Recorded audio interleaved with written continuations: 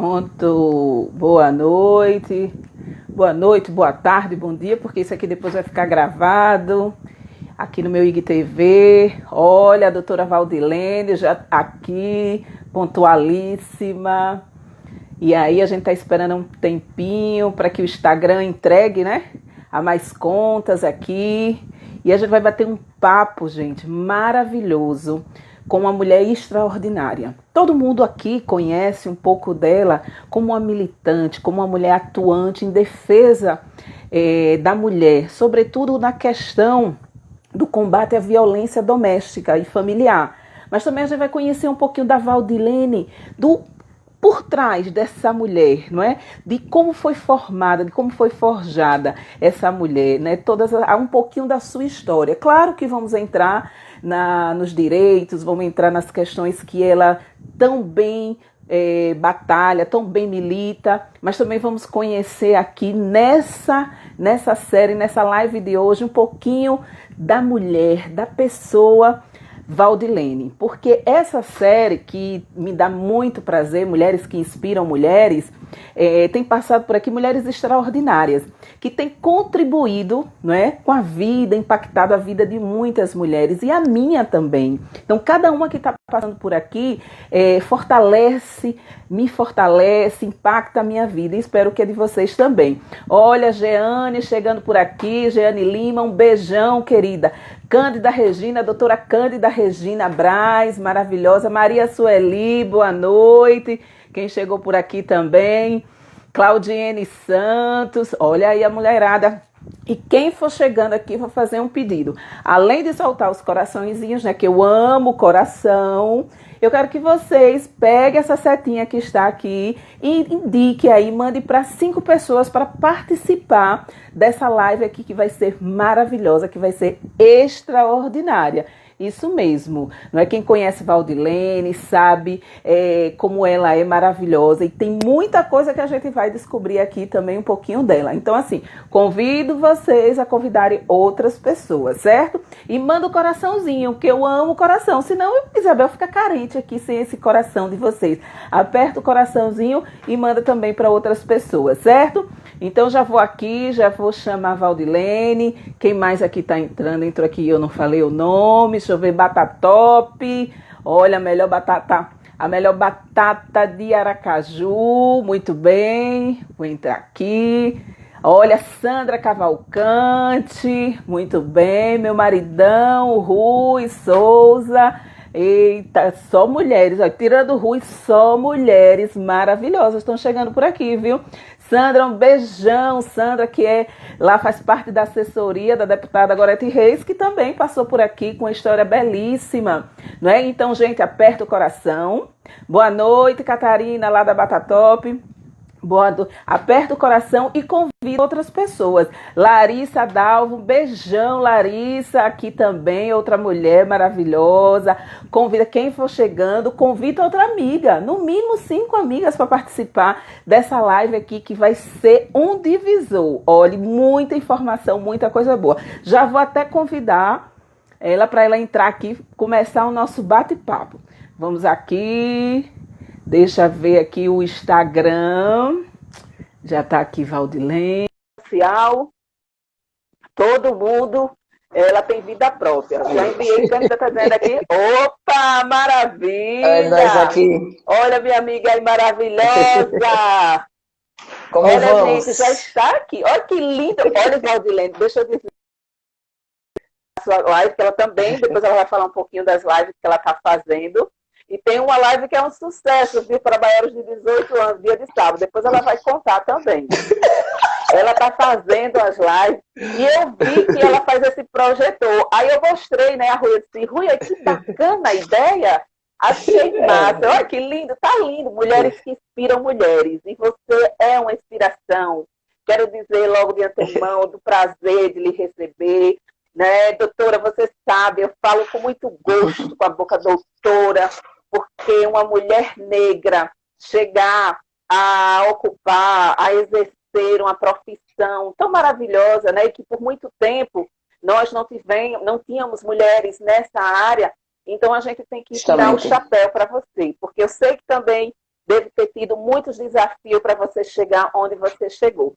Deixa eu fazer aqui uma apresentaçãozinha, só um breve currículozinho, só uma introdução para vocês saberem quem é a doutora Valdilene Oliveira Martins. Ela é advogada criminalista, especialista na assistência jurídica de mulheres em situação de violência doméstica. Também, me corrija aí se a minha pesquisa estiver errada, também é vice-presidente da Comissão de Defesa dos Direitos da Mulher da OAB, também é palestrante, feminista, ativista negra, é referência técnica de políticas para as mulheres da Secretaria Estadual da Inclusão e do Trabalho, é mãe, é mulher, é maravilhosa. Eis aqui, Valdilene Martins. Seja bem-vinda, meu amor. Obrigada, Isabel, muito obrigada. Eu quero agradecer o espaço, o convite que você me fez. É uma honra estar sempre falando com você. E você também é uma mulher que inspira, né? Então eu vou conversar muito à vontade com você. E muito obrigada. Eu tenho a agradecer o espaço, né? E agradecer a todas as pessoas que estão aqui assistindo a gente. Com certeza. Rambinho chegando, Netinha. Gente, quem for chegando, aperta o coração e convida outras pessoas. Olha, todo mundo conhece, como eu sempre falo aqui, as pessoas conhecem você, esse seu lado, né? Da militância, do engajamento, né? Que é muito importante e que a gente precisa muito, e a gente vai falar isso depois, principalmente nesse momento do isolamento social. E aí, ó, Data Top está dizendo que o futuro é feminino. Yes! Também acredito nisso. E aí, o que acontece? A gente sabe que nesse momento que a gente está vivenciando, há um aumento do número de agressão, da violência contra a mulher. Mas, antes de a gente entrar nisso, e aí uma coisa que eu sempre faço aqui, sabe, Valdilene? Eu quero mostrar, não só a profissional, mas eu quero mostrar também como é que você chegou nesse momento. Antes de você ser advogada, antes de ser administradora, professora, palestrante, como foi que você chegou no direito? Não é? Como foi que a menina, a garota, a mulher decidiu por essa área maravilhosa? Me conta aí. Olha, na realidade, desde pequena eu achava assim, eu tinha algumas coisas na minha cabeça que eu não concordava, só que assim, não tinha um conhecimento técnico de dizer assim, é errado homem maltratar mulher por conta disso e disso. Eu só achava errado. Eu achava errado eu não ter a mesma liberdade que meu irmão. Eu achava errado, entendeu? Eu não poder brincar com as coisas que ele brincava. Então, eu achava errado, mas eu não tinha assim dizer. É por isso, por isso, por isso. Eu simplesmente achava errado. E eu fui uma menina que eu brigava muito, eu apanhei muito em casa, eu era muito assim, sempre diferente da minha outra irmã, que eu tenho uma irmã um pouco mais, uma idade diferente, 2, 3 anos que eu. E, assim, ela é completamente diferente, bem comportada, bem calminha, estudiosa, sabe? Assim, aí a gente era, assim, bem diferente. E eu tenho um irmão que eu me identificava mais com ele. Brincava com ele, sabe? Eu tinha mais afinidade com as brincadeiras dele. Achava tudo muito mais fascinante e muito mais interessante. Então, eu sempre tinha isso na minha cabeça, de que eu ia crescer e ia fazer alguma coisa para mudar essas coisas que eu não concordava. Só que assim, se você me perguntar, eu não tinha ideia nenhuma de nada, não tinha ideia nenhuma de usar nenhuma profissão, eu não tinha ideia nenhuma. Tanto é que a primeira profissão que veio na minha cabeça foi serviço social. Eu até cheguei a entrar na UFES, por serviço social, porque eu achava também o serviço social é uma forma, né? É uma forma de você também mudar o social. Mas depois eu não continuei, ainda fiz ainda fiz economia. Aí foi que eu me formei em administração e depois direito. Eu me formei em direito, mas foi uma coisa assim mais por acaso. Mas aí eu percebi mesmo que direito era a via mais correta que eu ia usar para fazer tudo aquilo que eu já vinha fazendo.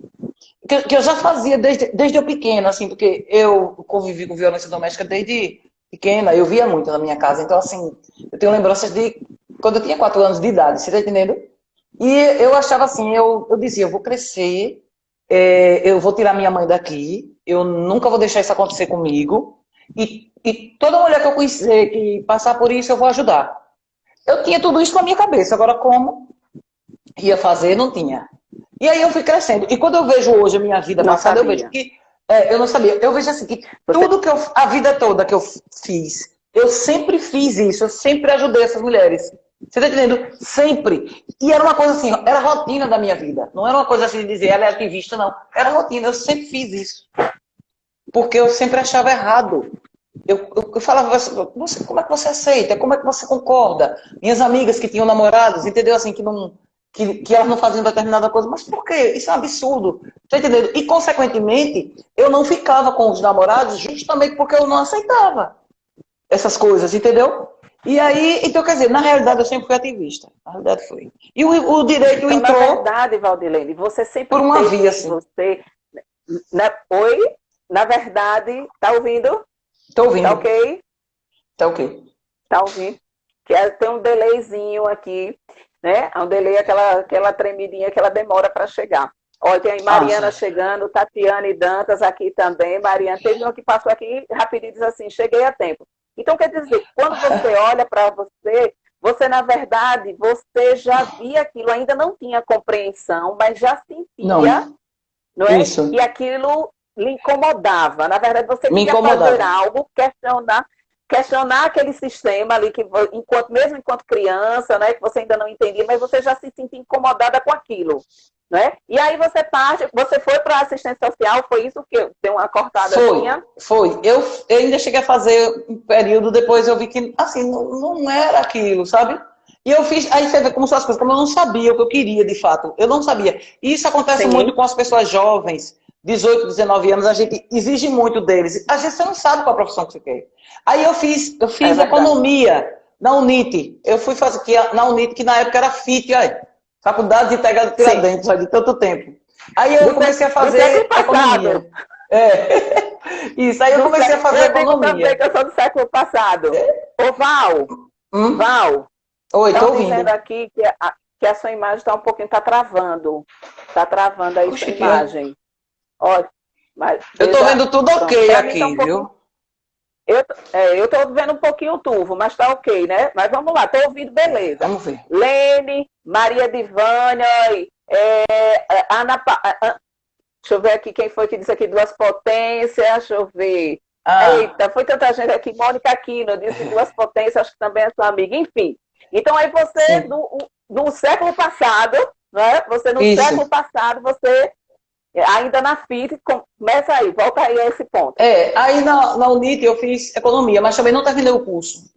E aí o que aconteceu? Nesse período que eu estava fazendo curso de economia, foi quando minha mãe se separou do meu pai. E depois de muita Sim, luta, que eu, assim, eu ficava, sabe, torcendo muito que ela separasse, para acabar com tudo, sabe? E foi muito difícil. E aí eu fui morar com ela, né, no Conjunto Orlando Dantas, e aí ficou tudo mais difícil. Eu não tinha carro para ir para a Unite, era para a FIT, né? A faculdade era muito mais difícil e eu deixei de estudar. Mas eu já sim. trabalhava, eu já era funcionária pública nessa época, e eu tive um emprego muito bom, minha mãe também trabalhava e a gente continuou, assim, eu morava com ela, só eu e ela. Aí pronto, aí foi depois quando chegou em. Eu não me lembro que ano foi isso, não sei se foi 86, foi por aí, 86 mais ou menos. E aí quando foi em 91 foi que eu conheci meu marido, e aí foi que a gente casou em 92, e eu continuei morando perto de minha mãe. E depois que a gente estava casado, foi que a administração, Sim. me formei em administração e é assim, porque a gente fez um acordo. Deu fazer uma faculdade e depois ele fazer a dele. Aí eu fiz a administração e depois ele disse, eu só quero fazer direito. Aí eu disse, então vamos. Aí eu ficava estudando com ele, ele fez direito, ele disse, vamos fazer vestibular comigo para me ajudar, para me estimular. Aí eu fiz vestibular com ele, passei com ele, que na época era vestibular, né? E aí aí ele disse, Isso. vamos estudar comigo o primeiro período, porque tem muito tempo que eu estou sem estudar e fica difícil para mim, que ele trabalhava de plantão, né? Aí eu fiz o primeiro período com Sim. ele, quando eu digo, olha, agora eu vou sair. Não, vamos fazer. Aí quando chegou no segundo período, pronto, eu digo, agora eu não deixo mais. E aí a gente se formou junto, ele se formou, eu me formei, eu me formaria antes dele, porque eu já tinha nível superior, né? Mas aí eu fiquei fazendo poucas Sim. matérias para me formar junto com ele. E aí a gente se formou em Olha. Direito junto, e pronto, eu sempre usei tudo que eu tenho para esse combate e enfrentamento. Eu tenho histórias assim, de colegas, de amigas, que eu sempre ficava no pé, né? Para não viver esse Sim. tipo de relacionamento, para separar desses maridos, para não deixar eles fazerem. E depois, com o direito, pronto. Com o direito foi que eu botei a mão na massa mesmo, direto, para. Foi a ferramenta que você Foi a ferramenta precisava que foi, para principal. Deixa eu limpar aqui. Eu você. tô achando que a minha câmera tá Olha, ruim. tá Pronto. escura, Val. A água tá Eu acho que é por escura. causa daqui, que aqui é branco. Como aqui é branco, acho que Ah, fica entendi. escuro. Entendeu? Como Ai, o cartaz aqui é agora branco. isso, deve dar uma refletida. Meu fundo aqui é branco, mas pode estar dando alguma Mas uma é porque ali interferência. ele é Enfim, branco e tem luz. Sim. ah, no seu, é verdade. Enfim, mas aí você se forma, né? Você sempre veio, quer dizer, você já era uma mulher, né? Ainda quando nem tinha conhecimento do direito, mas já tinha aquela inquietação, né? De Sim, já questionar tinha. as coisas. No direito, aí você já encontra essas ferramentas, já ajuda outras amigas, já está ali envolvida naquelas relações de amizade, onde as amigas já passam por aquela situação, né, de mulheres Isso. sofrendo abuso, aquilo, você se envolve com aquilo, e aí cada vez mais vai crescendo. Você se forma, e aí? O que é que acontece quando você se forma? Você já Aí quando eu... ingressa, já Vou deixar parte assim que é mesmo, melhor. pronto, já parte mesmo Então, para essa linha, já identifica que você gostaria de trabalhar com esse nicho, vamos assim dizer. ainda não, porque assim, eu não tinha vislumbrado direito como um caminho para fazer esse tipo de coisa. O que foi que aconteceu?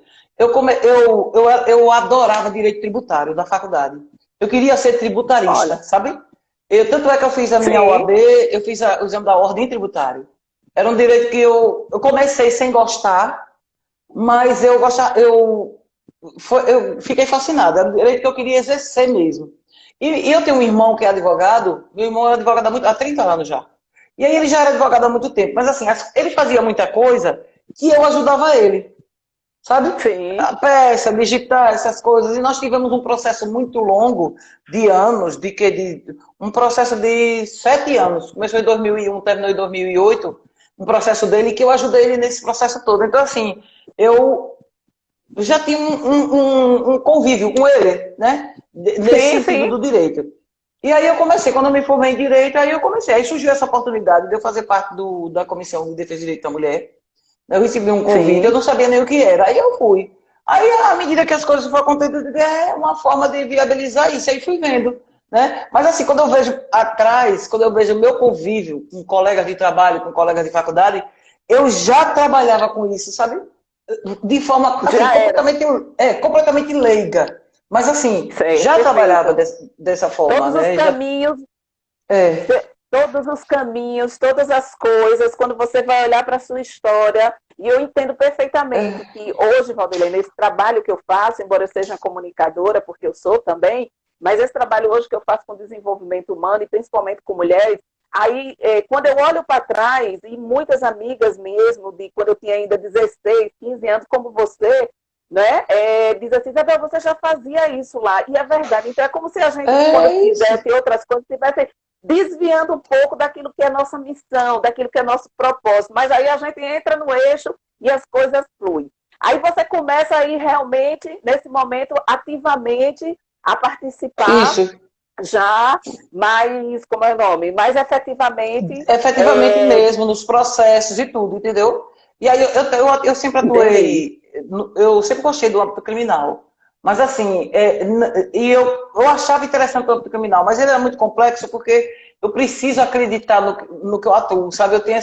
Eu nunca advoguei, assim, nunca vivi da advocacia. Não é que eu sou funcionária pública desde de 85 e eu nunca vivi da advocacia. Mas assim, eu pegava muito processo de família, tributário, mas aí depois eu comecei a pegar esses casos e a ficar fascinada por esses casos. E interessante que quando eu peguei esses casos, comecei a pegar esses casos na assistência jurídica a essas vítimas, eu percebi que eu sabia muito mais do que eu pensava. Não tecnicamente a advogada, mas a pessoa, porque eu conhecia essas nuances todas Sim, de ver, de viver, entendeu? De ser sim, uma criança, de ser um adolescente que passou por isso. Então, eu sou casada há 28 anos, 28 sim. anos de casada, eu tenho um filho de 26, e graças a Deus, assim, tanto eu como meu marido quebramos esse ciclo, nós não temos esse tipo de coisa aqui na nossa família, né? Nós temos uma parceria mesmo, um casamento com companheirismo, com Sim, parceria, como deveria ser.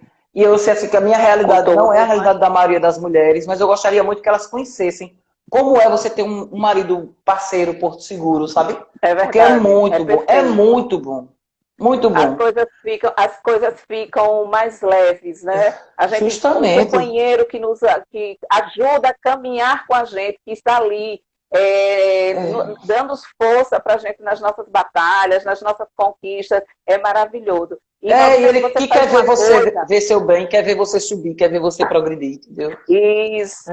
E é muito legal uma coisa que você fala aí, que você acabou de falar, sobre a questão do seu passado, né?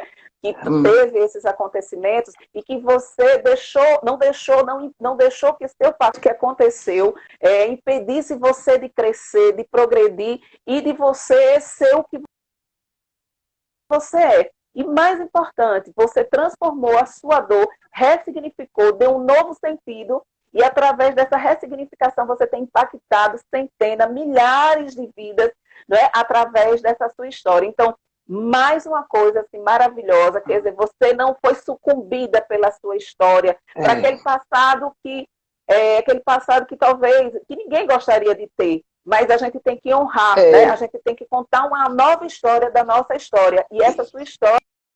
Quer queira, quer não.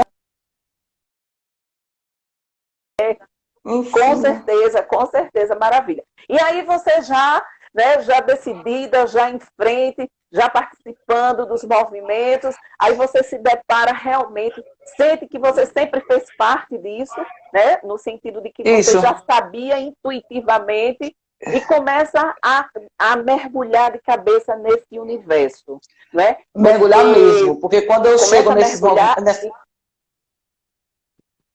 quando eu chego nessas ações, entendeu? Eu chego mesmo. Sim. Como diz assim, eu chego para resolver. Porque assim, as clientes que procuram a gente, eu sempre digo, quem vai dizer o que vai ser feito é você, eu posso lhe ajudar. Então assim, é uma coisa assim que eu abraço a causa de verdade, a pessoa não acreditar no que você diz, uma pessoa minimizar seu sofrimento, numa pessoa dizer, mas é assim mesmo. Entendeu? Isso é terrível. Sim. Eu estou lhe ouvindo bem. Então, assim, eu conheço esse outro lado, né? Perfeito. Para mim tá tudo ok, viu? Eu estou lhe ouvindo bem aqui. Você está me ouvindo? Deu uma congelada aqui na minha internet. Não sei se é a minha, se é a sua. Se você a minha está normal. Continue aí.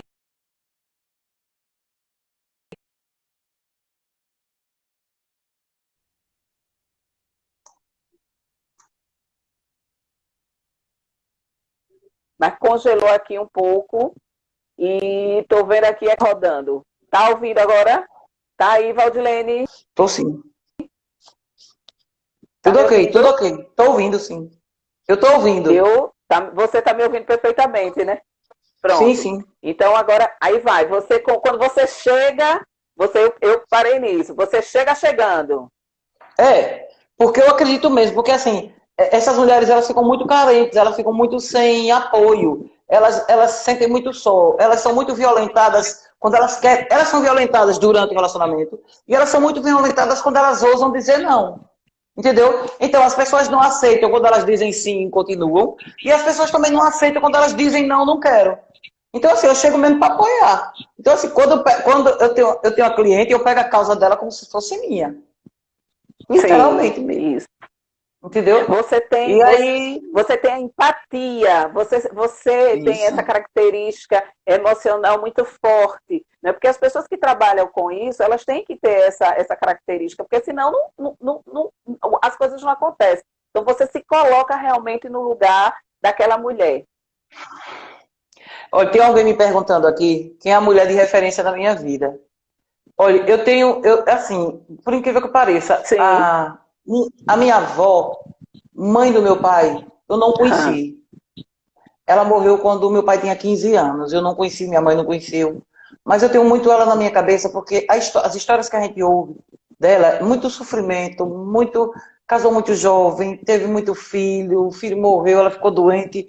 O meu avô, sabe, não ajudava no sentido de não contribuía com a vida, né? Não contribuía com uma vida legal. E eu penso muito nela, assim, como seria se eu tivesse conhecido. Eu também tive uma tia, que era irmã do meu pai, a única tia que eu tive, que eu também, assim, tenho muito ela na minha mente, sabe? E minha mãe também, que apesar, assim, do sofrimento todo, ela tá aqui, mora aqui comigo, 81 anos, sabe? não enlouqueceu. Não enlouqueceu, nem se perdeu. Ela foi muito forte, foi quem mais salvou ela. Então, assim, sabe, eu penso muito em. Quando eu tenho duas sobrinhas, eu tenho um filho e duas sobrinhas. Eu penso muito em ser para elas a mulher que eu queria que estivesse do meu lado.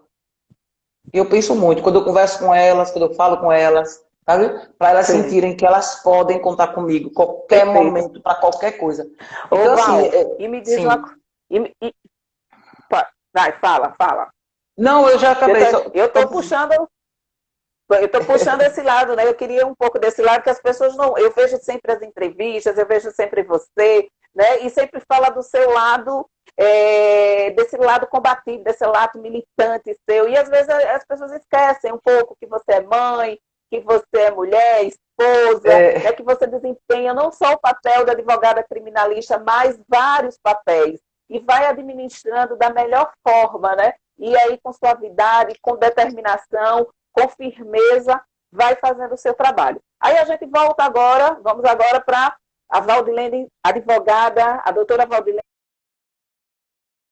que tem o feminicídio, altos índices de feminicídio, temos aí vários problemas ainda na questão da tipificação, né? De ter uma estrutura, de uma polícia estruturada, aparelhada, tecnicamente, humanamente falando, para detectar a questão do feminicídio.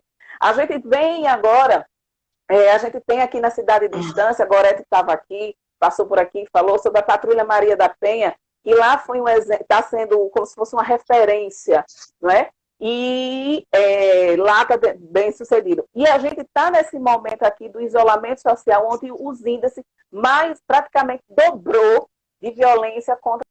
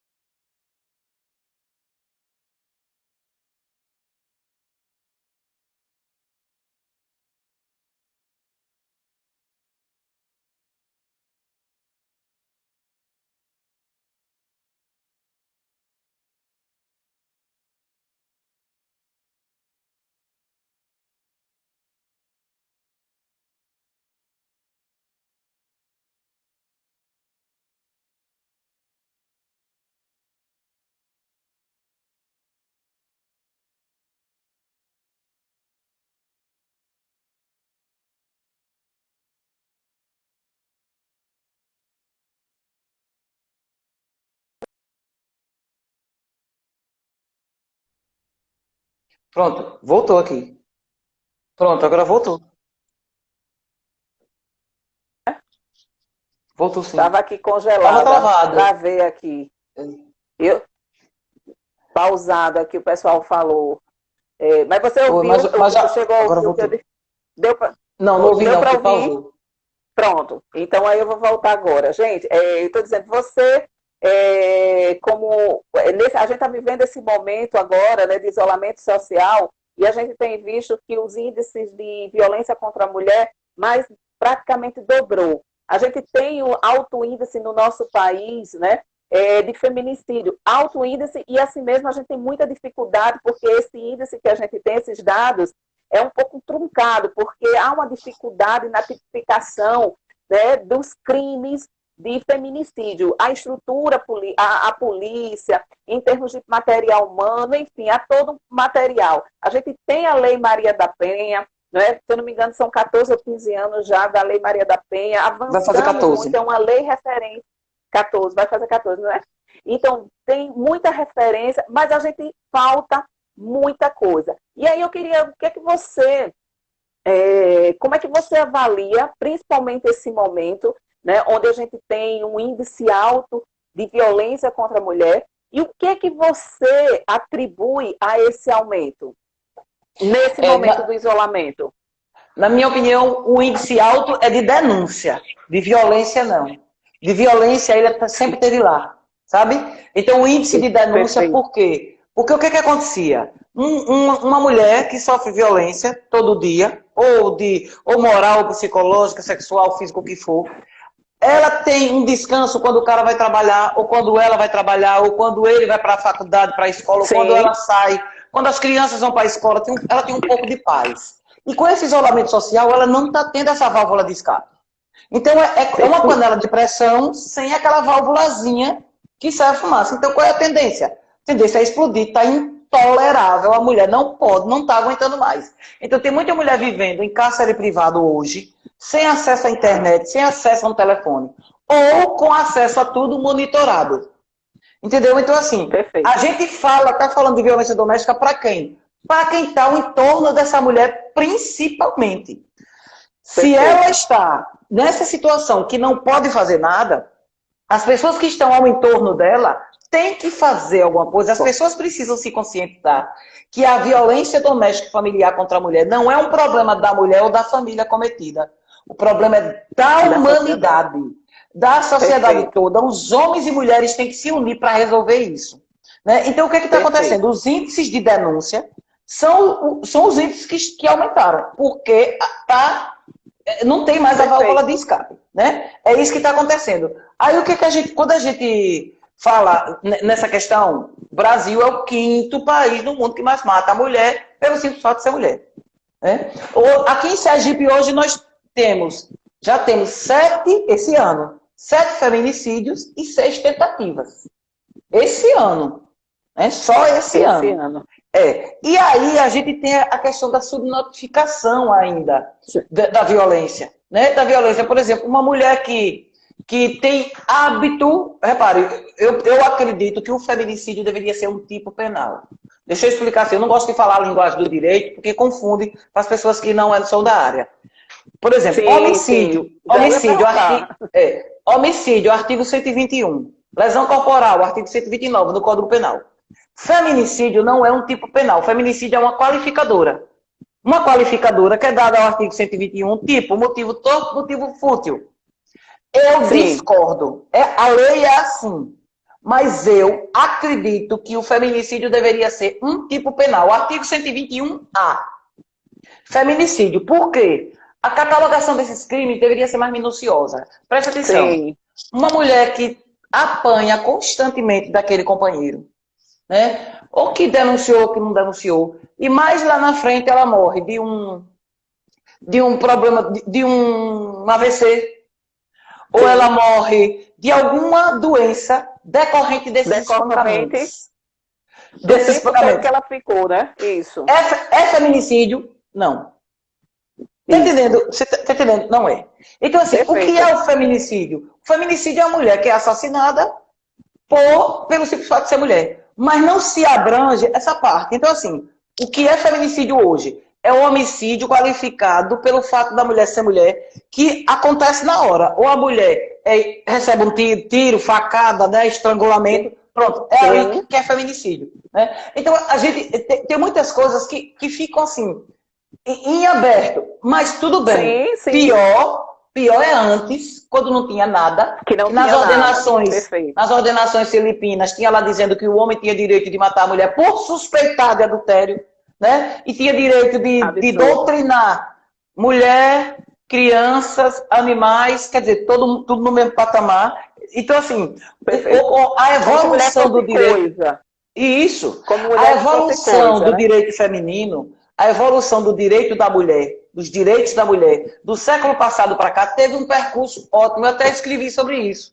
Eu vou até mandar para você. Eu escrevi sobre isso, foi publicado no MPJus. Algumas leis que vieram, que modificaram, para igualar os direitos. Sim. Porque quando a gente diz que quer igualdade, quer ser igual aos homens, não é igual fisicamente, biologicamente, não. Sim, a gente quer igualdade de direitos. Dos direitos, exatamente. Isso, direitos.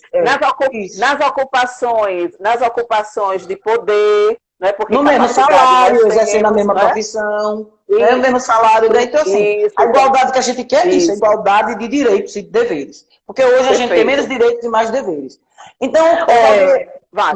Sim. Diga, pode dizer. Não, mas aí essa parte que eu quero fazer.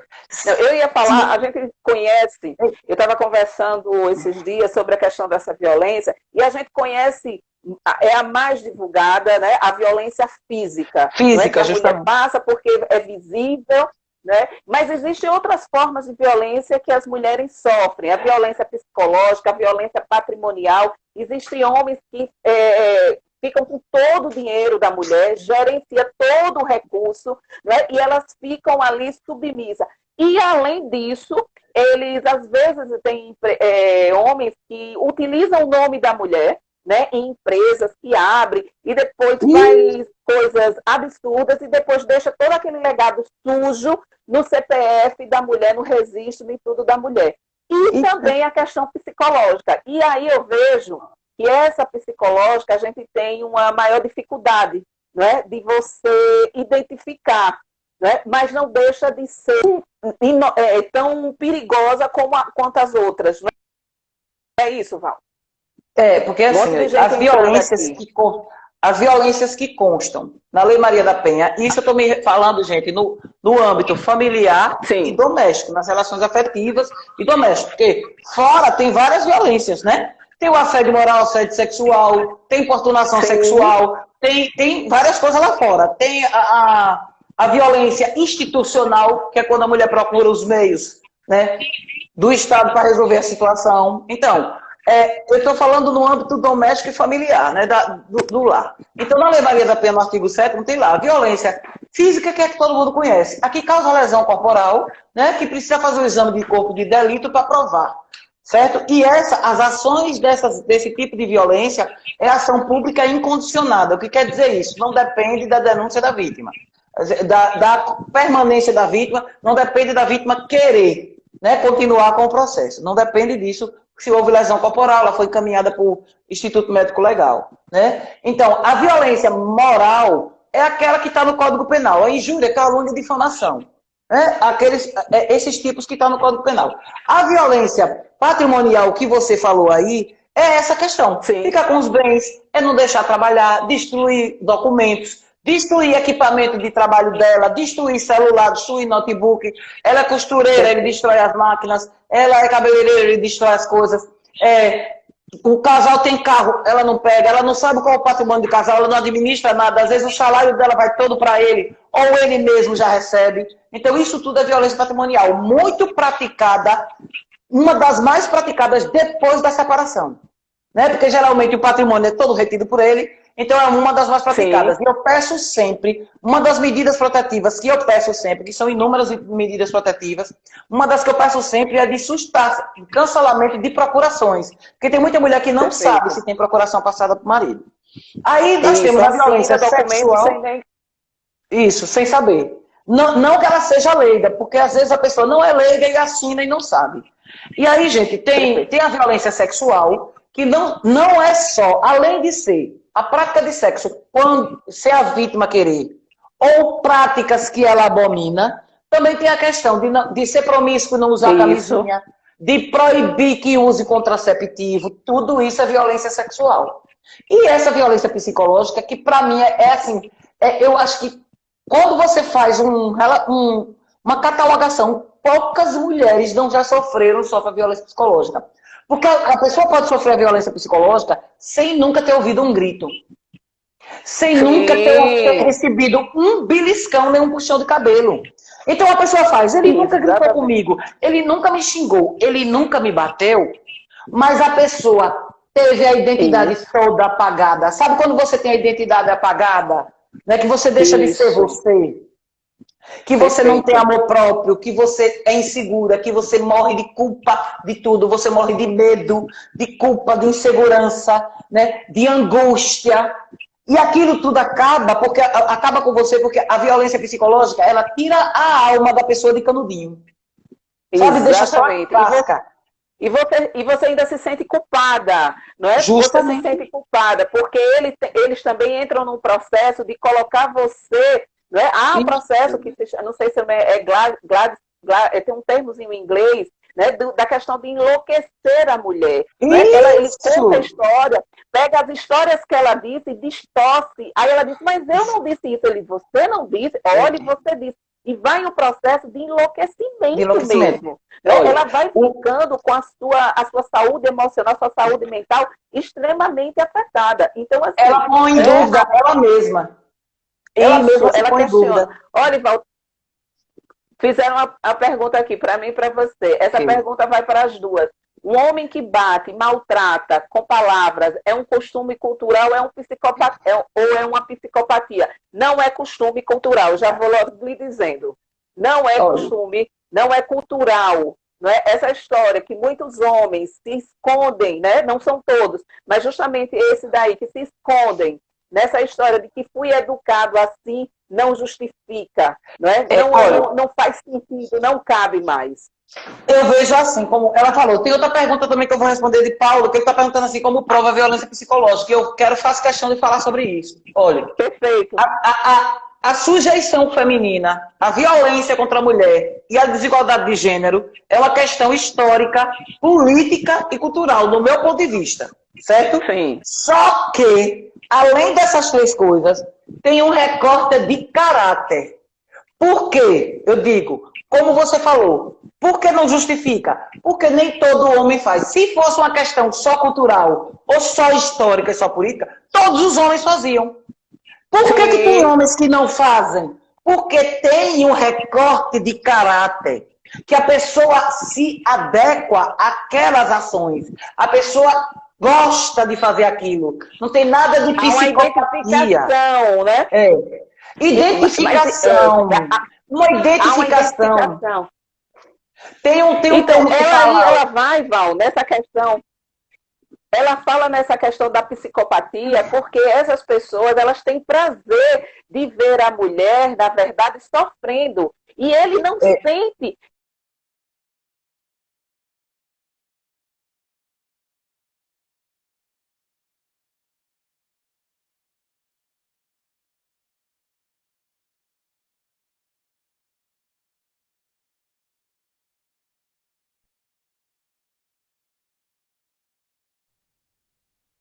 Né, gente? Voltou aqui. Voltou, vamos. Mas a gente resiste. Resiste. O que eu estou querendo dizer é assim: existe sim uma perversão, uma psicopatia, mas não no sentido de patologia, de tornar o cara inimputável. É bom que se deixe claro. Ele não é doente, porque quando a gente diz inimputável, não é doente. Não, porque eles alegam que são depressivos, que tem problema, mas não podemos correr para esse lado de doença. Né? Muito bom doença só para maltratar os outros. Então, isso tem que ficar claro. Então, além de tudo, é bom que fique claro que os homens não são todos iguais, os homens todos não praticam esse tipo de coisa. Precisa ter uma identificação, precisa ter uma falha de caráter. A maioria desses homens que fazem violência doméstica, que praticam, que abusam, eles são homens com baixa autoestima, homens covardes, extremamente covardes, porque o receio com eles não é coragem, é covardia, porque quem é covarde é ardiloso, é traiçoeiro, né? Então, assim, e sobretudo, eles são assim, muitos deles têm uma sexualidade mal definida. Por conta de quê? Falta de afinidade com o pai, às vezes não recebeu um beijo, um abraço, crescem com aquele jeito brusco. Que isso pode ser revisto se a pessoa quiser. Agora, muitos deles não querem porque se identificam. É muito bom. Então, precisam de alguém para subjugar. Eu não sei se vocês já ouviram falar no abusador que é narcisista, né? O relacionamento do abusador narcisista. Ele precisa ter alguém para culpar, para jogar toda a responsabilidade dos seus atos inconsequentes ou irresponsáveis. Então, é isso que acontece nesses relacionamentos. E aí, quando a gente fala da violência psicológica, que o colega perguntou aqui como provar... Sim, foi Paulo, né? Foi Paulo. Hoje, a violência psicológica, nós trabalhamos com a segunda parte do caput do artigo 129. A segunda parte do caput, porque fala na lesão, lesionar fisicamente ou oferecer ameaça, se eu não me engano, mais uma coisa assim, à saúde de outrem. Né? Quando você fala em saúde, no caput do artigo 129, é porque eu não gravei as palavras certas. Quando você se refere à saúde, aí você vai para o conceito de saúde da OMS. O conceito de saúde da OMS, Organização Mundial de Saúde, é bem-estar físico, social e psicológico. Então, se você não tiver com essas três coisas em harmonia, você não está com saúde. E se ameaça a sua saúde, a gente pode enquadrar a violência psicológica no caput do artigo 129. Existe uma relutância de muita gente não aceitar. E o que é que eu faço? Quando acontece comigo que eu sou advogada, se a cliente já fizer acompanhamento psicológico, eu peço um relatório da psicóloga que acompanha ela. Porque todo mundo sabe que relatório não se dá. Olha, eu vim aqui pegar um relatório. Não é isso, né? Tem que ter um acompanhamento profissional, só dar um relatório. Porque o que é que a psicóloga vai dizer? A psicóloga não vai dizer, ela sofre isso. Não, a psicóloga vai dizer o estado emocional da pessoa. E aí é que se vai provar que é decorrente daquela vida, daquela situação beligerante que ela vive. Né? É aquela situação de tortura, literalmente psicológica. Sim. O doutor Paulo fez a pergunta que eu também iria fazer, né, da dificuldade, né, de se conseguir provar a violência psicológica. Isso. Mas, assim, você traz que é possível. Claro que ela dá mais é mais desafiadora, né, para se provar, mas é possível, existem as ferramentas. E a gente sabe que a psicológica, esses homens, esses agressores, esses abusadores, né, da saúde mental dessas mulheres, da violência, eles são, na sua grande maioria, são pessoas agradáveis, são agradáveis com os amigos dela, ele é gentil com as mulheres. Quando aquela mulher vai falar com aquela outra, diz, nossa, é a mesma pessoa. Então, ela é terrível. Porque, como você diz, ela anula a mulher. E chega um ponto que ela diz assim, eu vou desabafar, eu vou falar com quem? Eu vou recorrer a quem? Né? Até a justiça tem essa dificuldade. Então, ela acaba com a identidade da mulher. Gente, manda coração aí pra gente, pra gente ver que vocês estão gostando. Manda coração, eu sou toda afetiva, viu? Eu sou toda afetiva, gosto de coração, estou sofrendo muito nesse isolamento porque sou sinestésica, gosto de abraçar, de beijar, mas enfim, são os novos tempos e a gente vai se adequando vai utilizando. Mas vamos lá, Val, pode dizer. Então, como eu estava dizendo a você, eu vou continuar falando da violência psicológica, e depois eu falo dessa personagem, desses caras. Aí o que acontece? Quando a mulher não faz acompanhamento psicológico, a gente encaminha para ela fazer, ou pela rede, né? Se ela puder fazer particular, ótimo. Se ela não puder fazer, a gente encaminha pela rede. Porque aí depois a gente pede esse laudo, porque inclusive pode pedir a perícia do próprio Tribunal de Justiça, porque as mulheres que sofrem violência assim, desse tipo, elas têm estresse pós-traumático igual ao de um soldado no pós-guerra. Então, assim, gente, não venha pra cá com conversa. Ai, tem mulher usando a Lei Maria da Penha. Pode até tentar, mas você não tem como fingir certas coisas. Não tem como fingir. Você conversa com uma mulher e meia hora você sabe o tamanho da dor e da confusão mental que a pessoa fica quando a pessoa sofre violência doméstica. Entendeu? Esculhamba a pessoa toda, é como se passasse um liquidificador na alma da pessoa. E aí o que acontece? Detona com a pessoa.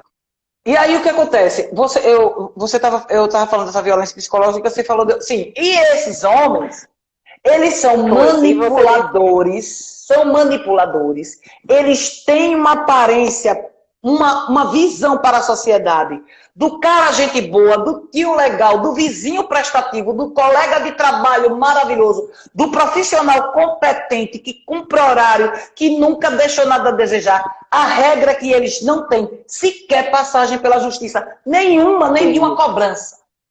Nunca pisaram numa delegacia. Então eles se vangloriam disso. Na minha casa nunca faltou nada. Essa mulher é uma ingrata. Cidadão de bem. Isso, cidadão de bem. É o provedor, é o cidadão de bem. Né? Investi nessa mulher e ela não reconheceu. Eu investi nessa mulher, ela não reconheceu. Na nossa casa não falta nada, tem de um tudo. Tem de um tudo. Mas não tem o que é essencial, que é respeito. Respeito. Não tem respeito. Que é isso que as mulheres, que nós queremos, é respeito. Nem mais, nem menos. Respeito. Perfeito, Val. Apenas. É o dito cidadão de bem mesmo. Então o que acontece com essas mulheres? Elas ficam desacreditadas. E outra coisa, elas ficam extremamente com uma confusão mental. E elas vêm como? Elas vêm carregadas de vergonha, medo e culpa. Esses 3 sentimentos vêm nas costas delas aqui, ó. Vergonha, medo e culpa. Aí, por exemplo, você chega num lugar e vai conversar com uma pessoa. Ah, eu fiz... Mas, mulher, você devia ter tido calma, espere, ele vai melhorar. Homem é assim mesmo. Ruim com ele, pior sem ele. Ele é pai dos seus filhos. O que Deus uniu, o homem não separa. A mulher sabe edifica a sua casa. Entendeu? Então tenha calma. Amor, você vai consertar ele. Né? Pense nos seus filhos. Cuidado, seus filhos, se você separar, seu filho vai usar droga, sua filha vai ser prostituta. Então tudo isso é colocado na cabeça da mulher. E ela ouve uma mãe dizer, minha filha, seu pai me bateu a vida toda, depois ele deixou de bater. É assim mesmo. Homem é assim mesmo. Mulher sem homem, mulher sem nome. Isso tudo é aqui, olha. Na cabeça da mulher. A gente se cria ouvindo que nós somos uma panela que precisa de tampa e uma banda de laranja que precisa da outra. A gente não ouve alma gêmea. Alma gêmea. Como se você precisasse de outra pessoa para validar você. Para validar. Pronto, você usou a palavra correta. Para validar. Se você não fosse o suficiente. Eu sempre falo isso aqui. Que amor próprio não é egoísmo, que você não pode ser feliz a dois se você não for feliz sozinha, que o outro não vai trazer a sua felicidade, mas você precisa ser feliz só. Mas a gente, né, ainda do século passado, ainda existem esses resquícios fortes de educar a mulher, como você disse, da alma gêmea, da banda, da chaleira, da tampa da chaleira, né, da chaleira, sei lá, enfim. Mas é isso mesmo. Mas fala. Então, o que a gente se cria ouvindo? Primeiro, a gente se cria ouvindo não. Isso. Pode dizer. Eu queria, porque a gente já está aqui com 10 minutos, falta 10 minutos, mas ainda tem tempo. E aqui, aí eu queria aqui, como eu trabalho com essas mulheres que passa justamente por esse processo de violência doméstica, a gente sabe que elas são atingidas essencialmente lá na sua autoestima. Eu queria que você, né, dissesse aqui para todas essas mulheres que estão aqui nos acompanhando, para os homens também que são parceiros, e eu faço parte do Grupo Mulheres do Brasil, e a gente diz lá que nós não somos contra os homens, nós só somos a favor das mulheres. Eu queria que você dissesse assim, na sua visão, qual a importância da autoestima, né, para as mulheres? Então, eu sempre digo que na socialização da mulher é retirada a autoestima. O amor próprio é retirado. Ela sempre se vê em função de alguém. A gente não cria uma menina para ela ser plena, maravilhosa. Não, ela tem que ser linda porque o homem gosta de mulher bonita. Ela tem que criar o cabelo grande porque o homem gosta de cabelo grande. Ela tem que ser magra porque o homem não gosta de mulher gorda. Então, nós não criamos pessoas plenas. Nós não damos uma educação paritária. E do homem, da socialização do homem é retirado o cuidado. Homem não cuida dele mesmo, não cuida da esposa, não cuida da casa, não cuida de criança, não cuida de pai e mãe idosos. Então, assim, o cuidado é retirado dos homens, porque o cuidado é uma habilidade humana. Deveria ter, né? Tem que ter. E a mulher é retirada da autoestima. E aí a gente é criada em função do que os homens gostam, do que os homens querem. E alguém falou aqui, mulher não é centro de reabilitação de homem, mulher não é oficina de embuste. A primeira coisa que a gente tem que saber, mulher não é oficina de embuste. A gente tem que parar com essa história de resgatar. Com você vai ser diferente. O cara matou e esquartejou a outra mulher, mas é porque ela era safada, vagabunda, com você vai ser diferente. É isso que nos dizem, né? E aí o que acontece? A autoestima é retirada da nossa vida, a gente nunca se vê como prioridade. A mulher que se vê como prioridade é vista como egoísta, como você acabou de dizer, é vista como egoísta. Mas o homem não. O homem sempre é visto como prioridade e ele está acima de tudo. Tanto é que se você casar com um cara, ele passar num concurso, no inferno da pedra, você tem que ir atrás dele e deixar tudo. Se for o contrário, ninguém exige. Ninguém exige que ele faça. Né? Então são essas coisas. Você pode ser uma pessoa... E se ele é transferido, você não vai para o seu marido, você vai deixar, se é o contrário... Você vai, né? Não existe isso, perfeito. É isso. E aí você não vai, ele vai arrumar outra, porque é assim, né? É assim, é desse jeito.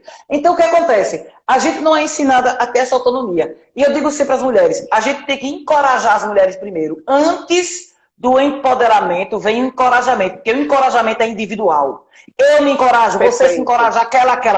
Depois que a gente se encoraja, a gente juntas e juntos, é que a gente muda a condição social, porque o empoderamento feminino só vai acontecer depois que tiver mudança de comportamento social. No dia que a gente não julgar mais uma mulher porque ela vestiu uma roupa curta, no dia que a gente não julgar mais uma mulher porque ela não quis ter filho, no dia que a gente não julgar mais uma mulher porque ela é homossexual, no dia que a gente não julgar mais uma mulher porque ela não quer casar. Então, assim, isso aqui é empoderamento. E isso só pode acontecer se for coletivo. Não é questão capitalista de eu ter dinheiro, de eu viajar. Não, isso é outra história. Porque você pode ter uma autonomia financeira e não ter psicológica. Repare, eu sei que o tempo está curto, mas só para você ver como, rapidinho, como as nomenclaturas ofendem a gente. Nós somos chamadas, nós somos assim, quando você vê um casamento, você vê lá o celebrante dizer, eu vos declaro marido e mulher.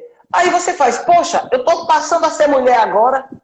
Antes eu era o quê? Um extraterrestre, porque ele passou a ser marido naquele momento. Né? Porque marido é uma condição provisória. Hoje é, amanhã pode não ser. Mulher não é uma condição provisória. Então, por que não diz marido eu vos declaro mulher, casados? Né?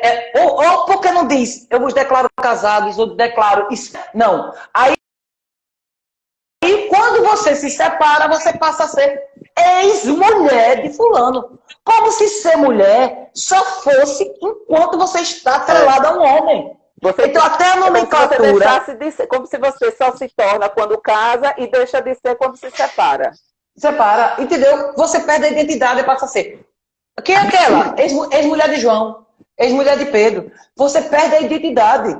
Então, assim, essa questão da identidade, a maior violência que o patriarca odiar a liberdade feminina, principalmente a liberdade sexual, e apagar a identidade da mulher. No dia que você casa, você deixa de ser gente. Você vai ser mãe, esposa. E se você não quiser ser mãe, é um inferno. Então, assim, eu gravei um vídeo pro Dia das Mães e a pessoa me perguntou qual foi o meu maior desafio de ser mãe. Meu maior desafio de ser mãe é todo dia dizer que ser mãe não me define, não me define. Ser mãe é uma parte do que eu sou. É uma parte do que eu sou. Entendeu? Isso. Então, assim, eu sou mãe, eu poderia não ser, que eu não seria Você sabe, tem mulheres que não querem ser mãe. E nem por isso o fato delas não quererem a maternidade não diz que ela é menos mulher ou mais mulher. Não é? Então, isso é uma coisa muito... É como tem as questões, às vezes, em acidente. Você vê, hoje vemos menos, mas a gente ainda vê, quando tem um acidente, alguma coisa... tinham três homens, tinha um policial, sempre falam isso, tinha um policial, uma mulher, né? Como uma coisa diferente. Ainda tem uma nomenclatura com isso. Val, meu amor, a gente está aqui faltando 4 minutos. Quero que você faça as suas considerações finais. Quero dizer que amei. Quero mais, depois quero bis. Né? Amanhã eu vou estar aqui também com uma outra mulher incrível também. Agradecer a sua disponibilidade. Quero dizer que precisamos também de mais mulheres ocupando espaços na política. De poder, não é? Isso. Precisamos de mais mulheres ocupando para justamente legislar, não é, por aquele segmento da sociedade que é maioria, não é? Né? E que eu sempre digo aqui, quando a gente cuida da mulher, a gente cuida da sociedade. Então aqui, eu já agradeço e lhe dou aí 2 minutos para você fazer suas considerações finais. E agradecer a todo mundo que participou, não é? Teve gente que não teve como participar, eu não tive como ler tudo, mas enfim, Gigi, poetisa, Verônica Andrade, beijo grande. 2 minutos aí para você. Então, muito obrigada pelo espaço, muito obrigada sempre por conversar sobre esses temas, para a pessoa também entender que por trás dessa profissional existe uma mulher normal como qualquer pessoa, passiva de erro, de acerto, né? Sou mãe, mas nunca planejei ser, e a gente tem que entender que as mulheres a maternidade compulsória e o casamento compulsório tem que parar de existir, porque é violência também, outro tipo de violência contra a mulher, né? Você imputar a mulher, ela tem que casar e ela tem que ter filho. Então, o que eu digo às mulheres é isso: tome a rédea da sua